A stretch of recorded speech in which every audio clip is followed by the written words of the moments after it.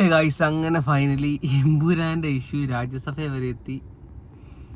ഒരു പടമൊക്കെ രാജ്യസഭയിൽ ചില പ്രൊമോഷനൊന്നുമല്ല. പൃഥ്വിരാജിന്റെ ബിസിനസ് ബ്രില്യൻസ് ആണോ നമ്മൾ കാണുന്നത് അറിയത്തില്ല.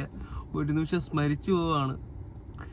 ബ്രിട്ടാസിന്റെ അണ്ണാക്കിലടിയിലൊക്കെ പറയുന്നത് ഇതാണ്. ബ്രിട്ടാസിന്റെ വീട്ടിൽ കൊണ്ട് വെച്ചുള്ള വരെയാണ് സുരേഷ് ഗോപി പറയുന്നത്. നമുക്ക് എന്തായാലും ഒന്ന് കേൾക്കാൻ രസമായേക്കാൻ ഞാൻ ഇത് കേട്ട് ചിരിക്കുകയായിരുന്നു.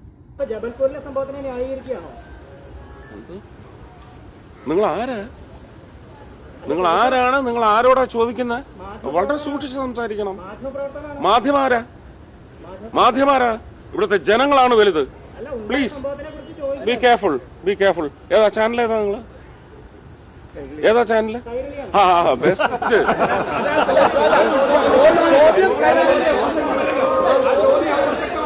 ഏതാ? സൗകര്യമല്ല പറയാൻ. ജബൽപൂരിൽ സംഭവിച്ചിട്ടുണ്ടെങ്കിൽ അതിന് നിയമപരമായ നടപടിയെടുക്കും. പിന്നെ നിങ്ങള് അതങ്ങ് ബ്രിട്ടാസിന്റെ വീട്ടിൽ കൊണ്ടുവച്ചാൽ മതി കേട്ടോ.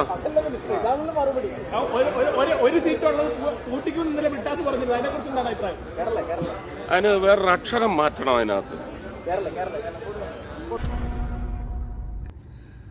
വെറുതെ ഇരിക്കുന്ന മനുഷ്യനെ അണ്ണാക്കി കൊണ്ടുപോയി മൈക്ക് വെച്ചിട്ട് തെറിവിളി കേട്ടാണ്. അതിനകത്ത് യാതൊരു ഇതുമില്ല. ആ സുരേഷ് ഗോപി കാണിച്ച മോശമാണെന്ന് എനിക്ക് പേഴ്സണലി തോന്നുന്നില്ല. മാധ്യമങ്ങൾ പല കാര്യങ്ങളും വളച്ചൊടിച്ച് തന്നെയാണ് ഇപ്പോഴും പറഞ്ഞുകൊണ്ടിരിക്കുന്നത്. കാരണം മാധ്യമങ്ങൾക്ക് ഓരോ രാഷ്ട്രീയ പാർട്ടികൾ ഫണ്ട് ചെയ്യുന്നുണ്ടായിരിക്കും. അതുകൊണ്ടായിരിക്കാം മേ ബി.